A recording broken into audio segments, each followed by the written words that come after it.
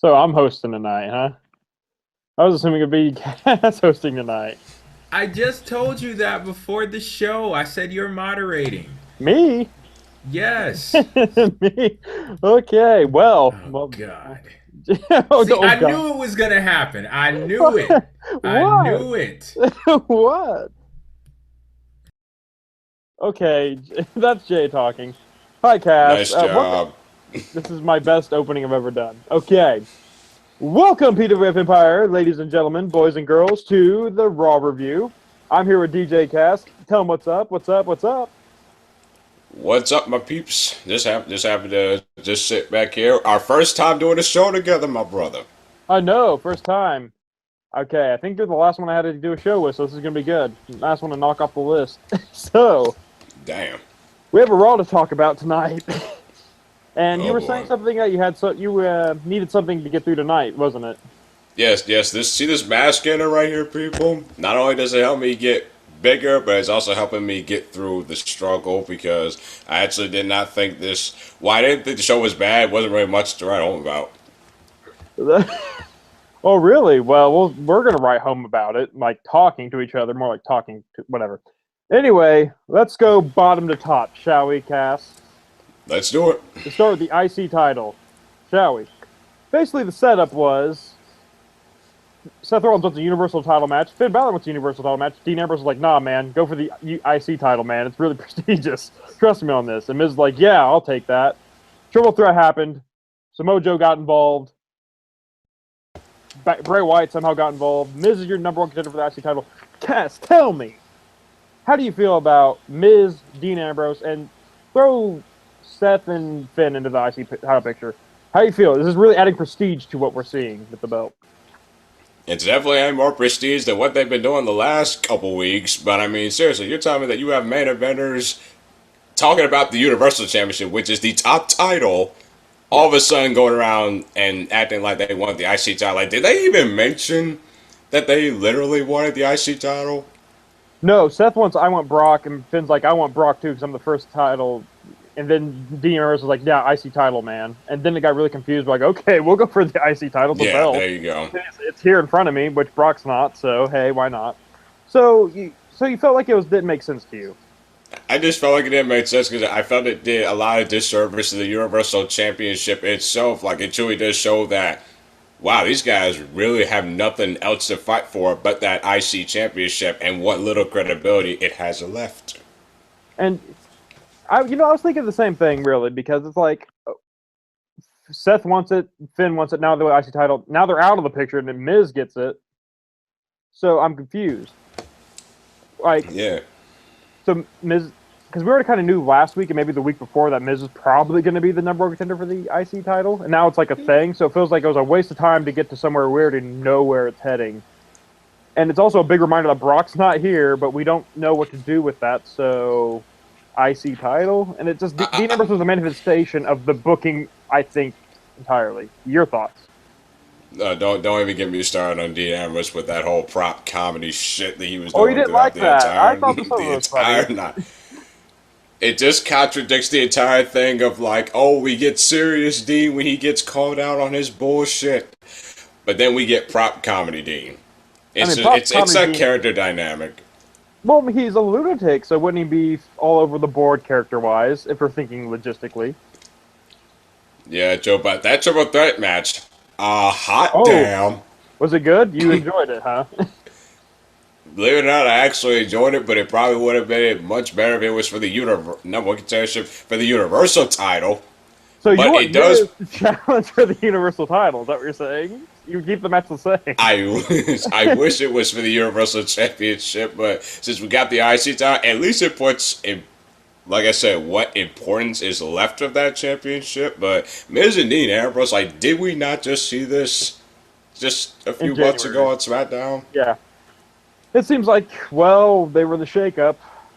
They know each other. Let's feud them because why not? But I did like on that dynamic. Though, I like the dynamic he had with his prop comedy with all three of the guys. Like Miz, no response, even though they probably should have added because that is the feud. But the him with Seth thing was really kind of smartly written. I thought. I'll give it that. But because it's like, yo, I'm not used to surprises with you. I only get surprised one time. Like that's okay. Shield reference. I always dig those. See, IC title's in a weird position. I agree. And Universal, Brock's in limbo somewhere. So, more developments of that going forward. But let's talk about the offshoots. Are you okay with Seth Rollins and Samoa Joe continuing, or do you think Payback was that good enough? Oh, are you? Any reason? Yeah, I'm actually fine with it because you definitely could tell like that feud just wasn't done. Yeah. After a Payback, especially the way Joe got pinned, which his shoulders were clearly off the mat. People, bad camera angle, but yeah, I'm fine with Seth and Rollins continuing, and of course we saw Bray Wyatt, or that bearded fat ass as I like to call him. Come on now, come on, he's lost some weight. Yeah, those tight ass pants, but that's around the point. But yeah, he shows up out of nowhere, and then he starts his feud the way all of his feuds have always started off, attacking somebody. Yeah, and also it wasn't established the week one of the shakeup. Like, yeah, Finn Balor, I'm coming for you. Okay, I finished Randy. Now I'm back to you. It's like stop. It's Payback was a mess booking wise, but moving forward, it'll be interesting to see Finn bring back the Demon with Bray. Maybe that could be fun because they're two very out there characters. Well, Finn's more grounded, so there might be something to this. Bray will lose yet again. Yeah, we all know. We all know it's gonna happen. Finn Balor, I'm the eater of worlds. You're gonna need to do it to defeat me. And then pin. Done. Yeah, that's it. Cut, print, try again. So yeah, the main event seems a little bit of a flux, and I guess we should move on to the next big thing. I mean, let's talk about your division, shall we? The tag team. Oh yes, division. the tag team. Yes, let's talk about. How do you feel like they're handling it now? Because the Hardys, Cesaro and Sheamus did their whole heel turn. I expected a broken Hardys to be there. They're not yet. But the heel I would say Sheamus and Cesaro had a good heel promo. Definitely. Hardys is where it fell apart. But are you interested in seeing the tag feud? Oh yeah, I'm definitely because here's the thing. I didn't have a problem with Cesaro and Sheamus being number one contenders to begin with because I think they could help the Hardys get back into that WWE style of tag team wrestling. Like, they could actually protect the Hardys from themselves, believe it or not. And also, it finally adds character development in Cesaro and Sheamus because think about it. You can only go with that respect thing for so long in a feud. In fact, here's the thing. No logical human being would be happy about giving a good effort and then losing. No. So you give Cesaro, yeah, but you get upset for a lot of reasons, but that's not true at all. But yeah, Sheamus and Cesaro as a heel tag team, I'm actually cool with, and you can tell by Sheamus he was more natural with it, and Cesaro he was a bit more natural with it too. I will say though, I really wasn't big on them running away because. They're two tough son of a bitches that can beat anybody up in that division on any given night. But it's got to be the cheap heel heat. They got to not fight back. But hey, I'm fine with this feud moving forward.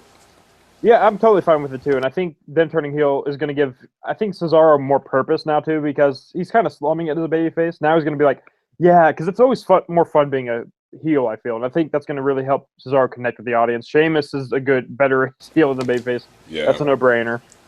I thought the Hardys let me down because I was expecting them to be broken now because I'm always waiting for them to WWE to hit that switch. Yes. It might never happen now. But whatever, I was hoping for that. But I guess seeing it through, I kind of want Sheamus and Cesaro to win. I don't know. I wouldn't mind that. It's too early to tell, I guess, right now. But I like the heel turn. I like how the explanation was good. Very classic heel textbook. And Hardy's reaction, really classic babyface. Yeah. Yeah, so pretty much is just simple. So yeah, it's as simple because WWE is best when it's simple. Keep it simple, and we're all with you. So I'm giving that a thumbs up too. I don't think I gave the first segment a thumbs up. I don't know why I said thumbs up again. Whatever. Moving on. One division to the other. Cruiserweight title division. So I have to ask you a serious question. I need your honest opinion, Cass. Help me out here. Okay. Is Neville the best heel on Raw? Neville. Who? On Raw. Neville. Yeah, I said Neville, but who is the best heel on Raw? I said Neville. Who is the best heel? If it's not Neville. Oh, it's not Neville. If it's not Neville, do you have Oh, anyone yeah. to say? No, pretty much. Neville's it. Would you put Alexa Bliss on there? 'Cause we'll actually combine the two segments together, shall we? Because they're very Ooh. similar in their own unique way and how different they are. Who's a better heel? Alexa Bliss, Neville. Hot take. Oh, damn, you put me in a position here. Yeah, think about it. I mean, Alexa Bliss cut that great promo. I'm going to recap while you think Yes. on it. Think on it, and this will help formulate your opinion. Yeah, there you go. Alexa Bliss cut a promo basically saying, "Thank you for all the people I had to be a stepping stone for."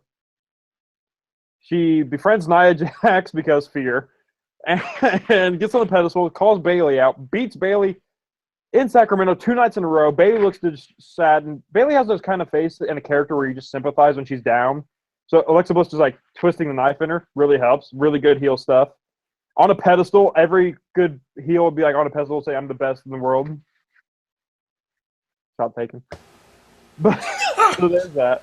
And then we have the contrast in Neville, who TJP, I'm going to be honest with you, TJP kind of sucked in the segment, kind of dragged it down. But Neville and the way he acted in his cadence and talking and saying, "Yo, it wasn't my doing, it's the referee's fault. You have to step your game up." Like, he was so good at spinning bullshit that he made TJP believe in his own bullshit and heel us. And he just has that scowl and that beard. Neville's great.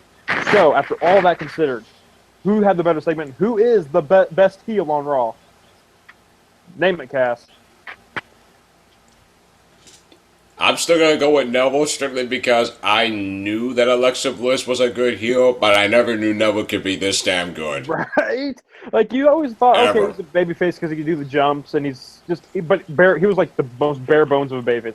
As a heel, he Yes. is something special. He's a character, and he bleeds personalities. It feels like a real person and evil. So I got to give the nod to Neville. He's being what a heel should be, and he's elevating the cruiserweight division really well too. Like, TJP's getting better being associated with Neville. A feud with Austin Aries is better because Neville is that bad guy. So I have to give the nod to Neville too. Alexa Bliss, great though. Other than that, away from that opening segment, she made, and people, I'm probably gonna get heat for this, but I did not like Bailey as the Raw Women's Champion for a while. Like, she was getting Me stale too. to me. She just wasn't appealing. She just wasn't appealing to me because it's like they were like going with the same story that they went with her in NXT, but I felt as if they did it too quick. It was like they were just like rushing the sympathy. But here's the thing, and also, Alexa Bliss made every single woman in that women's division relevant, and it only took 15 minutes because she had Kurt Angle literally go to him and say, and tell the girls, "I want you in the ring for this coronation." Now, why wasn't Even that if you filmed? don't like her. I want to see this scene where Kurt Angle's Yes, I need to see that. not because I was like, you know what, you're right.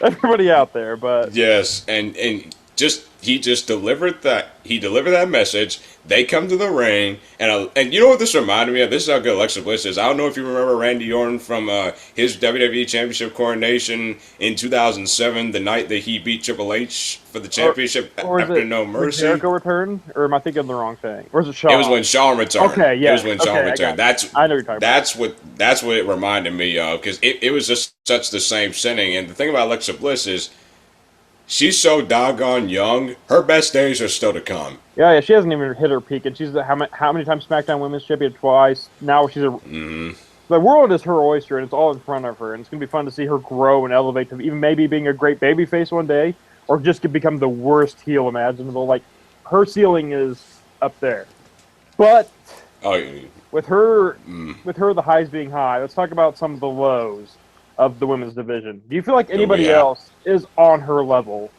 to maybe unseat her, as they are right now, how they're presented in that segment? Because let's take Alicia Fox, because she said nothing. Emma and Dana Brooke had no place in there either. Let's look at Mickey, Nia, No. Sasha, Bailey. Any of them? Any of them feel like they could even remotely touch Alexa and good right now? Honestly, I would still say Bailey, specifically because she was the last champion. Yeah. I mean, you got to give, like, here's the thing. The problem with this division is the fact that you've given some of these women wins, but you've had them lose as well. So it's like if you really wanted to elevate somebody to on their level, you gotta actually have them keep winning and winning and winning. And like I said, Bayley is pretty much the only person because she is the former champion. And here's the thing: I liked the way that they featured the women in that eight woman tag. It had a lot of hype. It actually really felt like a real division. Like I did not realize that we had 8 women on the roster, on the Raw roster. 8 women. I don't think they knew until tonight either, to be fair. Because have they ever really showcased all of them? No, not really. It's always been the 4, then Charlotte left, and like, wow, we have people behind Charlotte? So... Oh, real quick, Justin, can we talk about I'm just going to say this real quick. Say Thank it. God that Alexa Bliss did not take the pin, because how often do we see champions who win the championship I thought. and they get pinned? I know. Bliss. But, and honestly, it's a good thing Bayley lost too, because that's something we're not expecting. When you have, who was probably the weak pin? Alicia Fox could have taken the pin? Or, no. Dana Brooke would have been optimal to take the pin for the baby faces, but they picked Bayley, which adds growth to a story later down the line. Mm-hmm. Interesting, intriguing stuff happening in the women's division. I'm interested to see what happens next. I want to know how Alexa and Bayley will, because you have to know this feud's not over yet. And it's not over by a long shot. Yeah. So this is a good starting point to get the Bliss era to begin on Raw. All good here. I guess we should talk about Roman and Braun, but what is there really to say about Roman and Braun? Braun Strowman is the guy. He is the man. Oh, but Roman's the big dog. Like, can I just say, I'm going to say it. After last night, which I thought was a great segment, where Roman's down and out, the whole Raw talk thing with Braun attacking him, whatever, I thought that was good stuff. I feel like they did nothing to optimize that, or make it grow, or make... Like, I want more Braun Strowman destruction. I don't feel like I got that tonight. And I don't feel we got much Roman development either. It feels like it was just like take a night off kind of thing for both. Well, I think it's fine because if these guys really did truly have the battle of the, like, that they've never seen before at, like, a match that they had last night, you kind of do want to keep them off TV at least a week. Like, really sell that. If you're going to go in on it, go full in on it. Like, I didn't need to see Roman and Strowman tonight. I really didn't. Well, maybe not Roman, but because Roman got the worst end of the meeting. I see why he's not there. Yeah. Like, Braun got kind of hurt by the ambulance or whatever, but if you're building up a big monster guy in Braun Strowman, shouldn't he be there and just still, like, he's limping, but he's still the most destructive force on the roster? I feel like it was a missed opportunity for him just to come in and, like, throw Apollo Crews around or, like, Goldust around, something. Like, it just, I don't know. It feels like... But you don't want to oversaturate him. Yeah, and plus you've pretty much done every destructive thing you could do for the moment that I know. You've tipped an ambulance over, you collapsed the ring. I guess there's a ceiling on how much you could do with Braun Strowman, but as a customer, I want more. And I feel like after you have a big pay-per-view last night where a storyline came to its apex and there was, like, nothing to go off of from it. I feel like that's a problem. And I see where it comes from, like, they don't need to be there and, like, sell the wounds of war, even though I don't feel like Braun's that severe. But whatever. I wish, because Braun Strowman's a big guy. You think that ripping an ambulance door off is going to hurt him all that? It's just going to be like, okay, hurts for a little bit, but I'm back at it. But there's not really much else to say on that, and that's kind of disappointing. Because I want to come here every week and say the big talking point is Braun Strowman, and yet this week it wasn't. Strowman's the guy. That guy's the man. It's hard to say he's not, really. And so we should also talk about Bray Wyatt and Kurt Angle. I'm going to be honest with you. I didn't understand the fucking thing that was happening in the entire segment. Can you make heads or tail of what was being said there? Weird. I think that Bray on TV and for him to establish the fact that he's on Raw finally, because remember, like before leading up to the Payback, they only have him appear on Raw in the ring once. So I think this was definitely truly, I think this was just truly to establish him on Raw, but I didn't give a crap what he was saying. I really didn't. Like his problem, he goes in the ring is not and Angle had to look on what the fuck is this fat ass trying to. Why do you keep calling him that? That's Angle's reaction, not mine. Okay, I guarantee You're putting words in Angle's mind. The Olympic gold medalist with a broken freaking neck. Okay. I thought the segment was poor. We could have saved Bray to attack Finn. Maybe it would have been a bigger surprise. I don't know. Uh, it was odd. I'll give it that. So I think, is there any big things I'm leaving off? Because I've been known to do that. Any big topics? Well, can we talk about how the fact that real quick on how WWE has the great balls of fire? You know what? Let's. Let's. So, yay or nay on the title cast? Are you for Great Balls of Fire or are you not for Great Balls of Fire? Nay, because there's so many other names they could use. Like, is it that hard to bring back Great American Bash? Yeah, there's that. I mean, you brought back Backlash and No Mercy. I mean, Armageddon's right there. I mean, why not, right? I don't get Great Balls of Fire either. Plus, Brock Lesnar defending the title at a pay-per-view like that. Yeah, like you can. Yeah, you could tell they are literally just spinning their wheels on Raw, and Dean Ambrose mentioned it. That IC championship is the #1 chance, but fuck that shit. No. And you know how the title came about? I like to think this. Like, Vince was asleep, and someone's like, what's your name to the review? Didn't answer because he's sleeping. Triple H pokes him with a stick. He wakes up with Great Balls of Fire because that's what he was thinking in his sleep. And Triple H's like, well, that's weird, but okay. We'll throw that out there. Like, there's no other logical explanation why a pay-per-view is called Great Balls of Fire in 2017, but that's Raw for you. And how about this? How about the Titus O'Neil brand has been sweeping the nation all over Raw? Oh, God. Oh, God. What is there to say? Apollo beat Heath Slater, and they did the same thing with the photo shoot with Apollo Crews, because that's the gimmick now. Photos, selfies.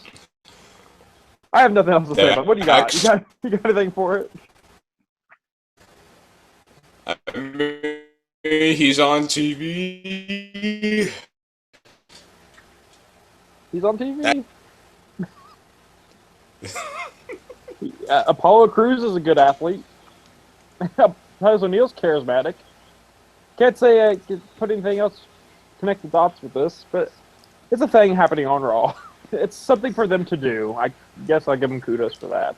I don't know why, but I actually said on last week's show, I think it was, I wouldn't mind seeing these guys as a tag team. I don't know why, but I think that would work. You know, neither of them are doing anything. We need more tag teams in the division, so yes. Why not? Speaking of that, real quick, I actually do need to say this. What the Golden Truth did in that backstage segment with Kurt Angle is what I've been begging them to make Golden Truth for a year since they become a team. Have Golden Truth be that veteran team that feel like this is probably gonna be their last run, their last shot at actually having a championship goal and have them go on this journey. And see, like, it just shows you that WWE is willing to, like, put time and effort into trying to make credibility in these guys, but they just don't care about them. Like, I cared about Golden Truth in that segment a hell of a lot more than I have of them being a jobber tag team in the last years. But I personally really like that. And I think we're getting a tag team turmoil match next week. I think that's going to be interesting because I want them to really continue this. And if this really is like a broken production for what Goldust was saying, I just want to see it. I want to see it. You know, I'm willing to see it too because I always thought Goldust is that guy who's really talented and very misused, and R-Truth is really talented too. Just got to put him in the right context, and I feel like this could be a way to move forward. And it feels like WWE's doing that.